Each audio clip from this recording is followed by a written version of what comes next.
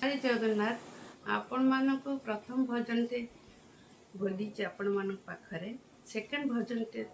बोलिया को जाऊची मोर जदि भूल थिब आपण माने मते क्षमा कर देबे